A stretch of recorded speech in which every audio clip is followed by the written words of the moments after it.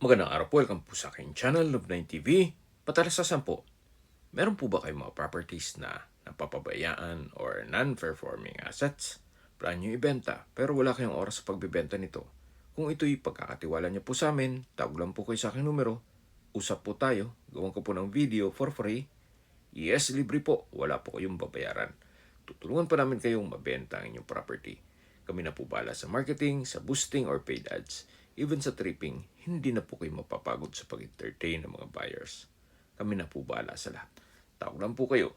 Nandito po tayo ngayon sa Tagaytay kung saan meron po tayong bagong video presentation, isang residential property na may lot area na 180 square meters. May floor area po ito na 160 square meters. Ito po titulado, buhay po ang may-ari. Kaya wala po kayong magiging problema sa documentation o sa transfer ng title. Ready for occupancy po ito. Kaya once na ito'y na-acquire ninyo, anytime po pwede na po kayong mag-move in.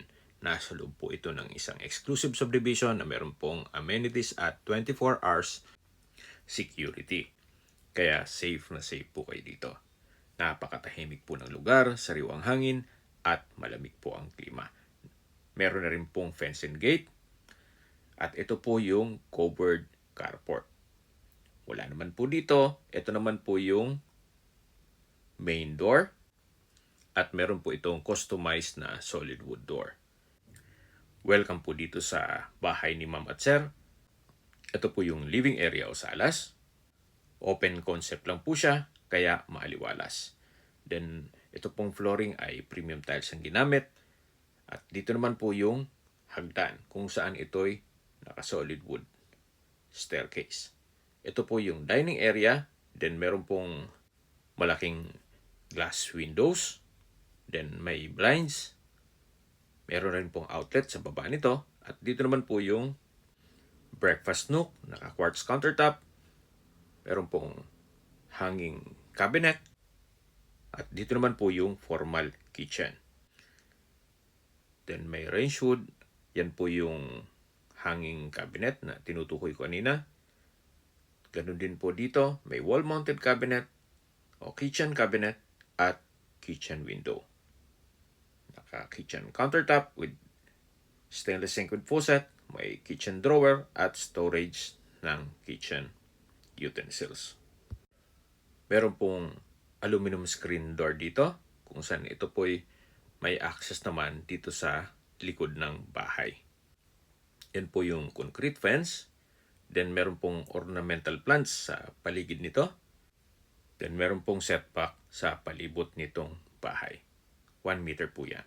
So balik po tayo ulit dito sa loob. Ito po yung formal kitchen. Yung breakfast nook. Then matatanaw natin yung dining area at living area. Dito naman po yung first bedroom. Kung meron man po kayong PWD or senior citizen sa pamilya, ito po yung para sa kanila. Meron po itong dalawang sliding glass windows, may blinds, maayos ang pintura ng ceiling at wall, then naka-tile flooring, at meron din po itong wardrobe. From floor to ceiling po yan. At mula naman po dito sa first bedroom, dito naman po yung common toilet and bath. Maayos naman ang toilet fixtures. May bathroom sink, water closet, shower enclosure with overhead shower, at meron pong bathroom window with blinds. Naka-tile bathroom wall na rin po ito. Kaya po nang sabi ko sa inyo, wala po kayong ipapagawa dito. Ito po'y ready for occupancy. Okay, ito po ulit yung dining area, then yung living area, yung main door, at ito naman po yung hagdan o stairs kung saan ito yung naka solid wood staircase at metal railing. Meron din po itong staircase window with blinds at pulido naman po ang pagkapintura dito sa staircase wall. So, dito na po tayo sa hallway. Dito po sa second floor ay meron pong 3 kwarto. Yan po yung 2 kwarto. At dito naman po yung master's bedroom. Check po muna natin. So, dito po sa master's bedroom ay malaki naman ang spasyo. May 2 glass window. Then meron pong access door papunta sa terrace. Maayos naman ang pintura ng ceiling at wall. Meron din po itong sariling toilet and bath. Maayos naman po ang bathroom pictures. May bathroom sink. Then water closet with bidet. Shower enclosure. May overhead shower. At meron pong bathroom window with security grill. Then naka-tiled bathroom wall na rin po ito. So ganun din po dito. Wala na rin po kayong ipapagawa. So labas po tayo para check natin ibang parte nitong master's bedroom. May mga outlet na rin po dito sa baba. At yan po yung wardrobe. From floor to ceiling din po yan. At meron din pong drawer sa baba nito. Check po natin itong access door na papunta dito sa balkonahe o terrace. Na meron din pong aluminum door. Yan po yung bubong. Halos bago pa po yan. At kahit po dito sa taas, maayos na maayos po ang pintura nito. Actually, bagong pintura po yan. So nasa 300,000 din kasama yung mga rain gutters ang ginastos ni owner. Kaya wala po kayong papagawa dito. Yan po yung kapaligiran. Napakatahimik po. Very relaxing. At syempre, safe na safe po kayo dito. Hindi lang po kayo matetempt dito sa ganda nitong property. At syempre, sa presyo pa po nito. Gawa ng isa na po ito sa pinakamura sa mga binebenta kong bahay dito sa Tagaytay. At mamaya po, pag-usapan natin sa dulong parte nitong video. Check po natin itong pangalawang kwarto. Sa spasyo sakto lang, hindi naman siya ganun kaliit at hindi naman ganun kalaki. Maaliwalas din po siya, gawa ng meron pong dalawang malaking glass window at may blinds na rin. Then, meron din po itong wardrobe na from floor to ceiling at may drawer. So, yan po ulit yung hallway. At dito naman po yung pangatlong kwarto, dito second floor, kung saan halos kasing laki lang po nung kabilang kwarto. At ganun din po, meron pong dalawang sliding glass window with blinds at meron din pong wardrobe na from floor to ceiling. At meron ding drawer. Dito naman po yung common toilet and bath. Maayos din ang toilet fixtures.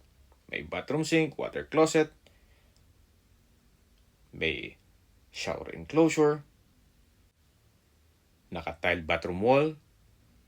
At meron din po itong overhead shower. Bathroom window with blinds na may security grill. So far, wala po kayong ipapagawa dito. Ito po'y lilipatan na lang. So, ito po yung open below.